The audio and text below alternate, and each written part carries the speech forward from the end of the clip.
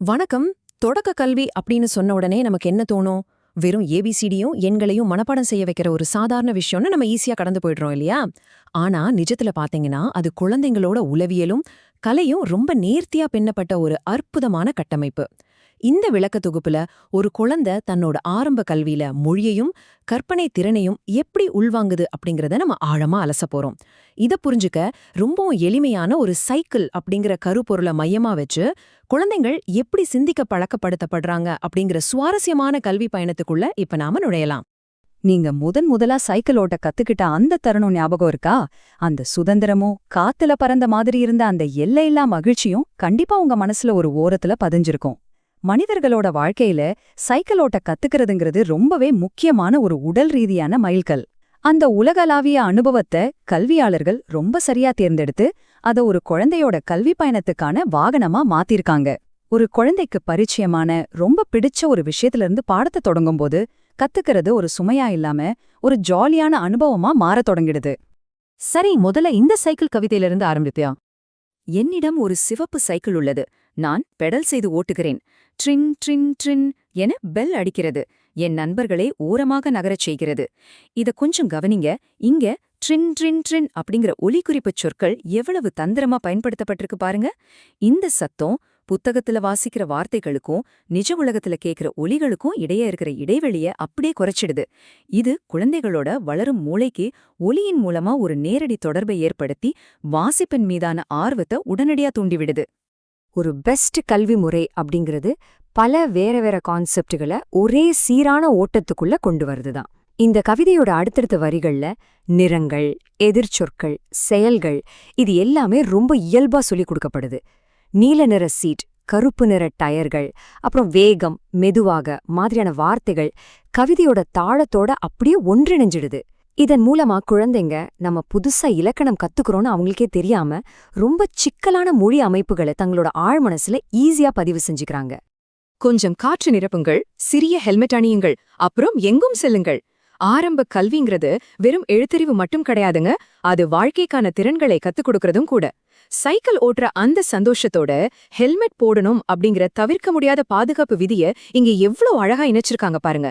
சின்ன வயசுலயே ரொம்ப ஈஸியா பதியக்கூடிய ஒரு பருவத்துல பாதுகாப்போட முக்கியத்துவத்தை இயல்பாக்குறது ஒரு மிகச்சிறந்த கல்வி நுட்பம்னு தான் சொல்லணும். அடுத்ததா புதிய வார்த்தைகள் மற்றும் ஒலிகள். மொழியை கத்துக்கும்போது கல்வியாளர்கள் 2 விதமான வார்த்தைகளை ரொம்ப தெளிவா பிரிக்கிறாங்க.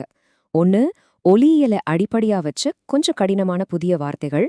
இன்னொன்னு குழந்தைங்க பார்த்த உடனே ஞாபகம் வச்சுக்க வேண்டிய ஐ அண்ட் இஸ் மாதிரியான சைட் வேர்ட்ஸ். இந்த அடிப்படை வார்த்தைகளை அடிக்கடி பயன்படுத்துறதுனால குழந்தைங்க ஒவ்வொரு முறையும் எழுத்துக்களை கூட்டி படிக்காம பார்த்த உடனே நேரடியா வாசிக்க பழகுறாங்க. இப்படி வார்த்தைகளை பிரிக்கிறது சரளமா வாசிக்கிறதுக்கான ஒரு உறுதியான அடித்தளத்தை அமைக்குது. கற்றல் அப்படிங்கிறது ஒரு திசையை மட்டும் நோக்கி போற பயணம் கிடையாது. அது பல புலன்களையும் உள்ளடக்கிய ஒரு பன்முக கற்றல் முறை. வாசிக்கிறதுலிருந்து கவனிக்கும் பயிற்சிக்கும் மாறுறது குழந்தைங்களோட அறிவாற்றல் நெகிழ்வுத்தன்மையை ரொம்பவே வளர்க்குது. பள்ளிக்கூட பெல், சைக்கிள் பெல் இப்படி பலவிதமான ஒலிகளை கேட்டு பகுப்பாய்வு செய்யும்போது வெறும் கண்ணால பாக்குறத விட மூல தகவல்களை சேகரிச்சு வகைப்படுத்துற திறனை இன்னும் அதிகமா கூர்மையாக்குது. ஒலியிலிருந்து கொஞ்சம் அடிப்படை இலக்கண விதிகளுக்குள்ள நுழையும்போது இந்த ஏ மற்றும் ஆன் பயன்பாடு குழந்தைகளுக்கு பெரிய சவாலா இருக்கும். இதுக்காக கடினமான இலக்கண விளக்கங்களை தராம ஒரே மாதிரியான உயிரெழுத்து ஒலிகளை கொண்ட வார்த்தைகளை ஒரே குழுவா சேர்த்து படிக்க வைக்கிறாங்க. இந்த முறை மூளையில ஒரு காட்சி பதிவு உருவாக்கி எப்போ ஏ பயன்படுத்தணும், எப்போ ஆன் பயன்படுத்தணும் அப்படிங்கிறது ஒரு லாஜிக்கான விதியா மனசுல பதிய வச்சிடுது. இப்போ சைக்கிளின் பாகங்கள் பகுதிக்கு வரலாம். ஒலிகள் இலக்கணன்னு கண்ணுக்கு தெரியாத விஷயங்கள்ல இருந்து குழந்தைகள் நேரா தொட்டு உணரக்கூடிய ஒரு நிஜ பொருளோட பயன்பாட்டுக்கு இந்த பாடம் மாறுது. சீட், பெடல், பிரேக் மாதிரியான புது வார்த்தைகளை வெறும் மனப்பாடம் பண்றதை விட அத ஒரு நிஜ பொருளோட பொருத்தி பார்க்கறது தான் உண்மையான கற்றல். இப்படி பிராக்டிக்கலா படிக்கும்போதுதான் அந்த புதிய வார்த்தைகளுக்கான அர்த்தத்தை மூளை நிரந்தரமா தக்க வச்சுக்குது. இங்கிருக்கிற இந்த வண்ணமயமான சைக்கிளை பாருங்க.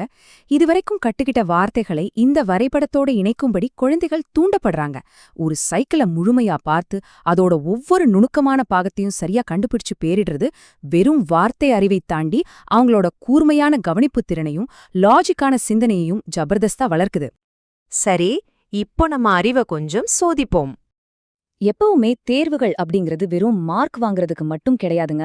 அது ஆக்டிவ் ரீகால் எனப்படும் நினைவு கூறும் திறனை சோதிக்கிறதுக்கானது.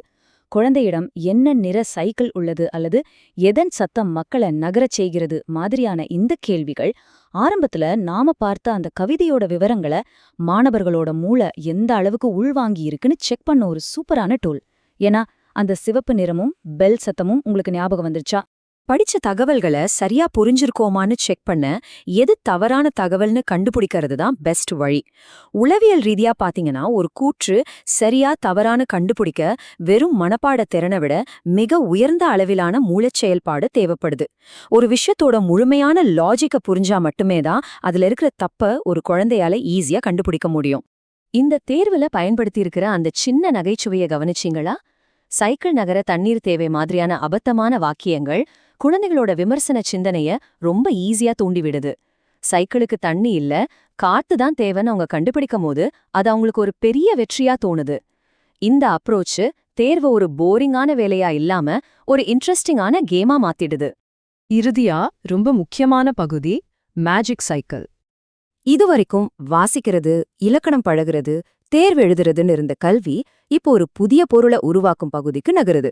மாணவர்களை தங்களோட சொந்த மேஜிக் சைக்கிள வரைய சொல்றது ஒரு முழுமையான கல்வியோட மிக முக்கியமான வெளிப்பாடு.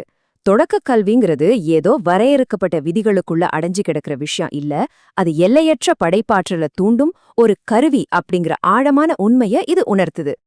உங்களோட மேஜிக் சைக்கிளை வச்சு நீங்க என்ன பண்ணுவீங்க, எங்கே போவீங்க? இந்த மாதிரியான ஓபன் எண்டட் கேள்விகள் குழந்தைகளை வாய் விட்டு பேச ரொம்பவே ஊக்கப்படுத்துது.